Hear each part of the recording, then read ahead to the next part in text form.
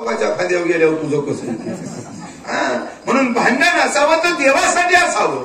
म्हणून जगद्गुरु तुकोबारायांचा प्रासंगिक अभंग आहे. जगद्गुरु तुकोबाराय एक एक एक एक एक एक पायरीनं कळसापर्यंत जात होते आणि जसं जसं तुकोबाराय एक एक पायरी चढत होते तसं तसं शत्रू निर्माण होत होते. कोणताही माणूस आपल्या लेवलला तोपर्यंत माणसाला बरं वाटतं, पण एखादी पायरी चढून तो वर गेला ना रात्रंदिवस ते झोपत नाही, वाटतं कधी याच्या पायाखालची पायरी काढील. असे जळणारे बरेच होते, पण त्याचं वाईट नाही म्हटलं कोंडा महाराज. वाईट वाटलं की 100 जन्म चांगल्या कुळात घेतल्यानंतर ब्राह्मणाच्या कुळाला आला आणि आल्यावर सुद्धा तुकोबारायाचा द्वेष केला, वाईट याचं वाटलं. आणि मग सांगितलं तुकोबारायाला की तुमच्या सोबत देव जेवतो म्हणे. तुकोबाराया म्हणले देव नाही माझ्या सोबत जेवत, मी देवासोबत जेवतो.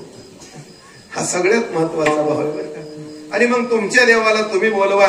तुकोबाराया म्हणले तसंही त्यानं जेवल्याशिवाय आम्ही जेवत. मग आम्ही तर बोलवतोय पण तुम्ही ज्याचं दास्यत्व करताय त्यालाही तुम्हाला बोलवावं लागेल.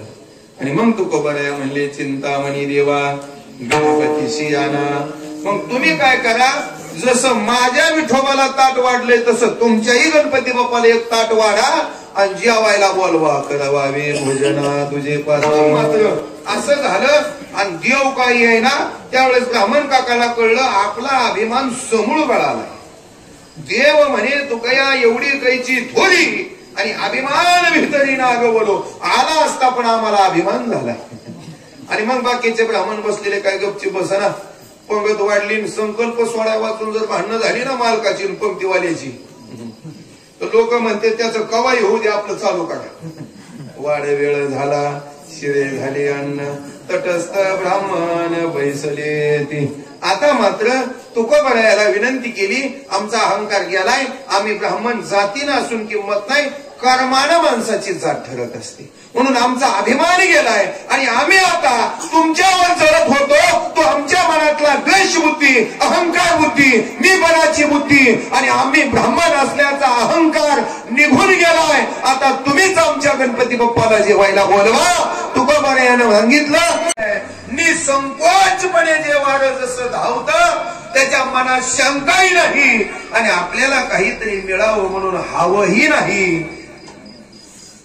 तैसा सरळ स्वभाव बाप्पांचा जैशी वारी याची भाव. तैसा सरळ स्वभाव शंका आणि हवं नाही जेथे. स्वप्न आहे महाराज, एवढी मोठी संकट आल्यानंतर सुद्धा जसा पांडुरंग युगी 28 वेटीवरती उभा आहे तसा उभा राहणारा पांडुरंग म्हणजे आमचे बाप्पा आहे. नाही आमचं कोणी वाटाळा करत असेल पण आम्हाला देणं घेणं नाही. कुत्रा आमच्यावरती भुंकलं म्हणजे माणसानं कुत्र्यावर भुंकायचं नसतं. कुत्र्याचा भुंकणं हा स्वभाव आहे आणि माणसाचा क्षमा करणं हा स्वभाव आहे.